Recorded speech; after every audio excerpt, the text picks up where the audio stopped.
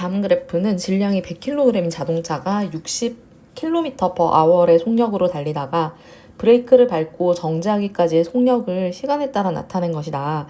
만약 자동차의 속력을 30으로 줄인다면 브레이크를 밟고 나서 완전히 멈추기까지 이동한 거리. 그러니까 여기 지금 브레이크를 밟고 나서 완전히 멈추기까지 이동한 거리를 우리가 제동거리라고 하죠. 네, 그러니까 제동거리를 구하는 거예요. 그러니까 처음에는 60에서 30으로 속력을 절반으로 줄였대요.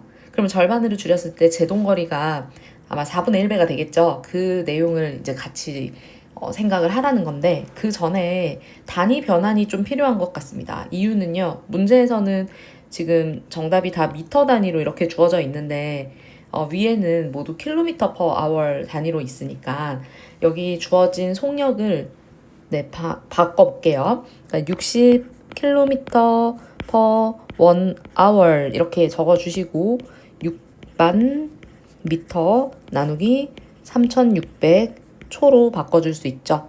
자, 약분을 좀 하고요. 그럼 이건 6분의 100이 되겠네요. 한 번 더 약분되면 3분의 50 미터 퍼 섹이라는 속력이 나옵니다.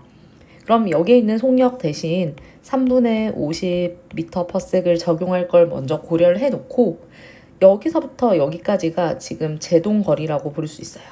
왜냐면 이때부터 속력을 줄이기 시작했으니까 이 면적이 속력이 60으로 달리다가 브레이크를 밟고 정지했을 때의 제동거리가 되겠죠. 그래서 지금 세모 넓이를 먼저 구해볼까요? 그러면 구해보게 되면 밑변이 30이고 높이가 3분의 50이고 곱하기 2분의 1배를 해주게 되면 약분을 하면요 250m가 나옵니다. 정답이 250m는 아니에요. 왜냐면 문제에서는 뭐라고 했냐면 이때 자동차의 속력을 절반으로 줄였을 때라고 했었으니까요. 그죠?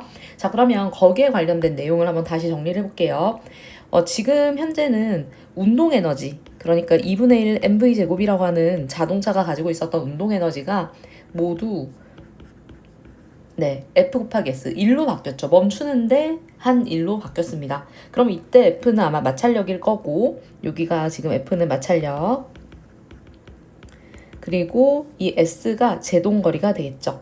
그럼 지금 다 주어진 것들 중에서 선생님이 빨간색으로 표기하고 있는 이 V와 S가 변수고요. 질량이나 마찰력은 일정한 값이라고 볼 수가 있습니다. 따라서 속력이 지금 이렇게 관계를 보게 되면 V가 2분의 1배가 되면 S는 어떻게 되는 관계인가요? 제곱에 비례하니까 2분의 1의 제곱, 그러니까 4분의 1배가 되겠죠. 그럼 4분의 1배가 되니 지금 현재 우리가 250m라고 이야기하지 않았습니까? 제동거리가 250m에서 나누기 4를 해줬더니 62.5m로 제동거리가 변한다. 그래서 정답이 1번이 되는 그런 문제였죠. 네, 2번 문제 볼게요. 다음 그래프는 질량 10kg인 물체가 운동하는 상태를 나타냈다.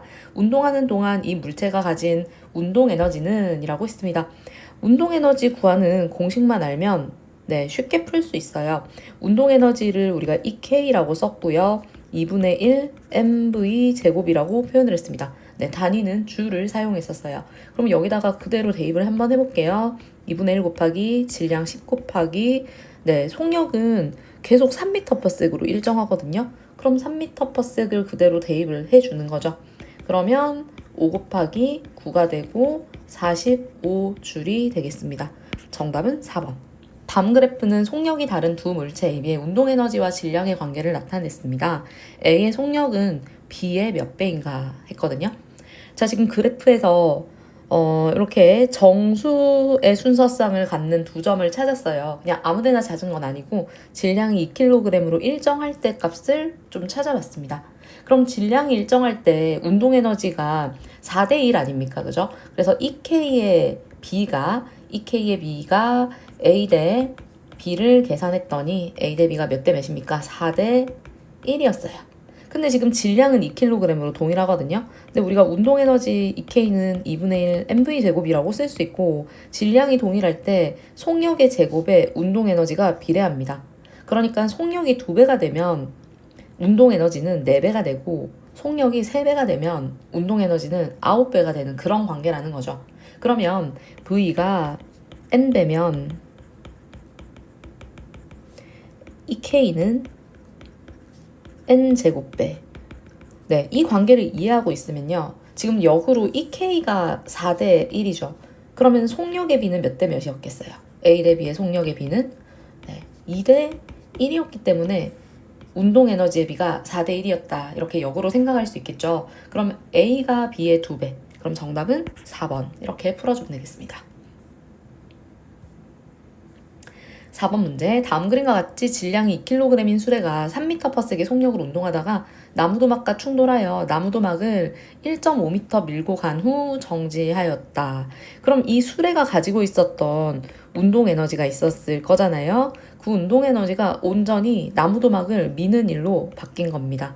그래서 운동 에너지는 나무도막을 미는 일로 바뀌었다 라는 등식을 세우시고 대입을 해보면 되겠죠. 2분의 1 곱하기 2 곱하기 3의 제곱은 마찰력 곱하기 이동한 거리 1.5m. 그럼 이때 나무도막을 밀어내는 힘의 크기는 마찰력만큼 힘을 줘야 됐을 거예요. 따라서 F를 구하면 약분하게 되면요.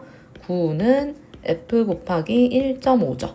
1.5의 6배가 9니까 F는 6N임을 알 수 있습니다. 4번이 되겠습니다. 네, 5번 문제. 20m/s의 속력으로 운동하는 질량이 4인 물체가 있다. 이 물체의 속력이 10이 되도록 하려면 어느 방향으로 몇 줄의 일을 해줘야 되는가 라고 했습니다. 자, 지금 처음에 속력이 20m/s였거든요. 근데 나중 속력이 줄어들었죠. 그럼 우리는 어떤 물체의 속력이 감소했다라는 것을 두고 이런 해석을 할 수 있습니다. 운동 방향과 반대 방향으로 힘이 작용했다.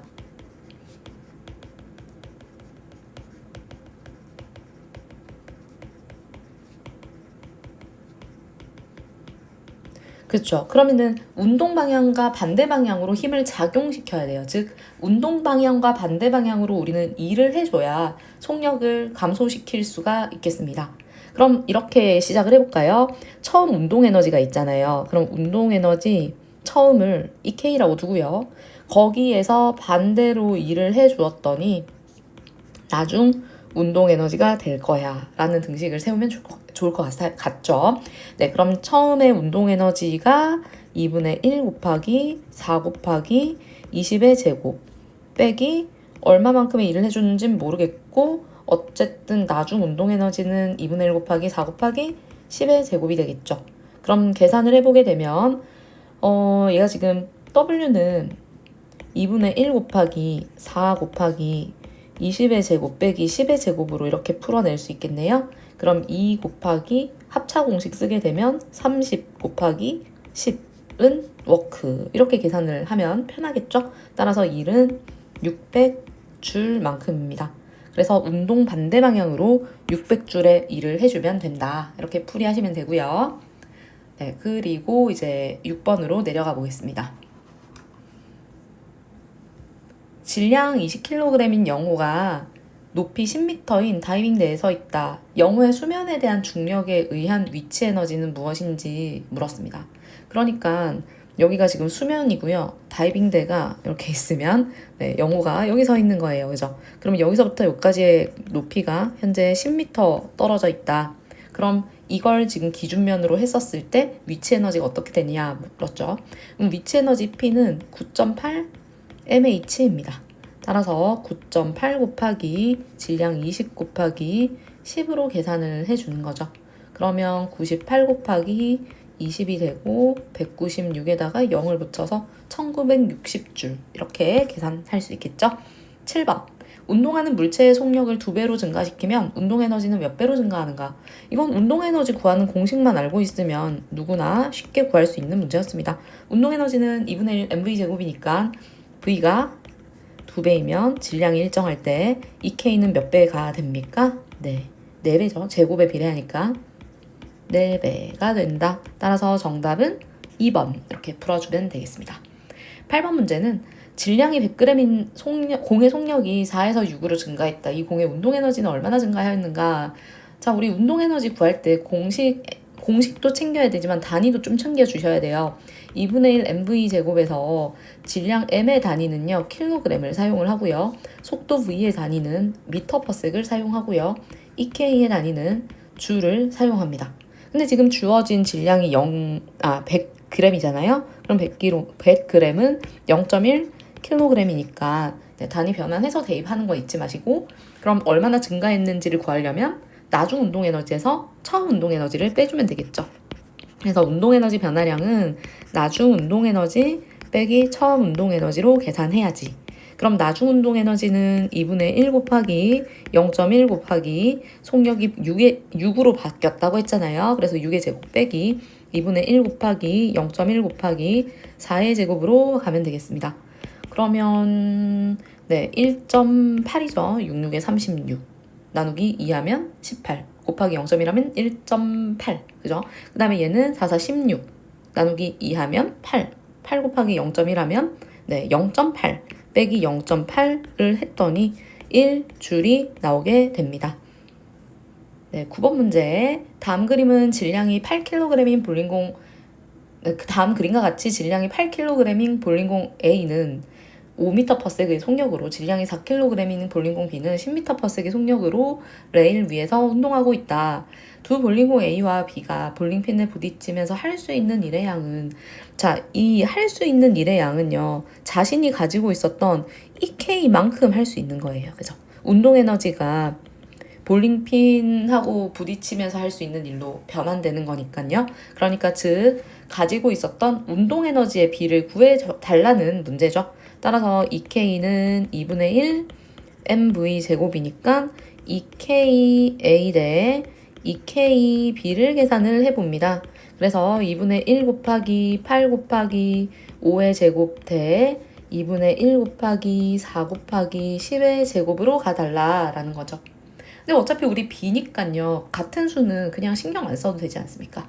그래서 5, 25 곱하기 8하면 200대 그 다음에 400. 그럼 이건 1대 2가 되겠죠? 따라서 정답은 2번 이렇게 풀이하면 되겠고요. 10번 문제 보겠습니다. 다음 그림 같이 질량이 다른 4개의 추 A에서 D를 실에 매달아 놨다. A에서 D 중 위치 에너지가 가장 큰 것은? 자, 위치 에너지 공식 다시 한번 적어볼까요? EP는 9.8 mH. 그런데 지금 어쨌든 모두에게 9.8이 곱해질 거고, 우리는 지금 위치 에너지가 가장 큰 게 누군지만 알면 되는 거잖아요? 그러면은 M과 H의 곱이 큰 게 위치 에너지가 가장 크다라는 생각을 먼저 해주고, MH를 비교를 해볼 거예요. 그럼 MH를 계산해보면 여기는 0.1과 1.1을 곱하니까 0.12만큼, 그리고 여기는 0.18만큼, 0.30만큼, 0.20만큼이네요. 이 중 C가 가장 크죠. 그래서 위치 에너지는 C가 가장 크다. 이렇게 풀이하면 되겠고요. 11번 문제가 아니라 보너스 문제. 다음 그림은 자동차의 제동거리와 속력의 관계를 나타냈습니다. 자동차가 120의 속력으로 달린다면 이때 제동거리는 몇 미터가 될지 구해라. 자, 120과 배수관계인 거를 선생님 그냥 찾았어요. 60. 60과 120은 배수관계죠. 즉 속력이 2배가 되었다라는 겁니다. 그럼 2배의 속력으로 달리게 되면 제동거리는 4배가 된다고 앞에서 이야기를 했지만 한 번 더 이야기를 해볼까요? 자동차가 가지고 있었던 2분의 1 mv제곱 운동 에너지는 모두 그 브레이크를 밟고 멈추는데 한 일로 바뀌었습니다. 그럼 멈추는데 한 일이고, 여기에 있는 F는 마찰력이기 때문에 일정한 거예요. 그리고 여기 있는 질량은 자동차의 질량이기 때문에 일정한 거죠. 그럼 우리가 변수라고 생각할 수 있는 건 여기 있는 V하고 여기 있는 S죠. 이건 자동차가 처음에 달려올 때의 자동차 속력이 될 것이고, 그 다음 여기 있는 S는 제동거리가 될 거예요. 자동차가 설 때까지 이동한 거리가 제동거리입니다. 그럼 V의 제곱에 S가 비례하니까요. V가 2배이면 S는 몇 배입니까? 4배이겠죠. 제곱에 비례하니까. 따라서 60만큼 갈 때 제동거리가 18m였거든요. 근데 여기서 2배 뻥 뛰었으니까 18m에다가 4배를 해주면 돼요. 그럼 18m 곱하기 4를 해준다면 72m가 제동거리라고 할 수 있겠죠?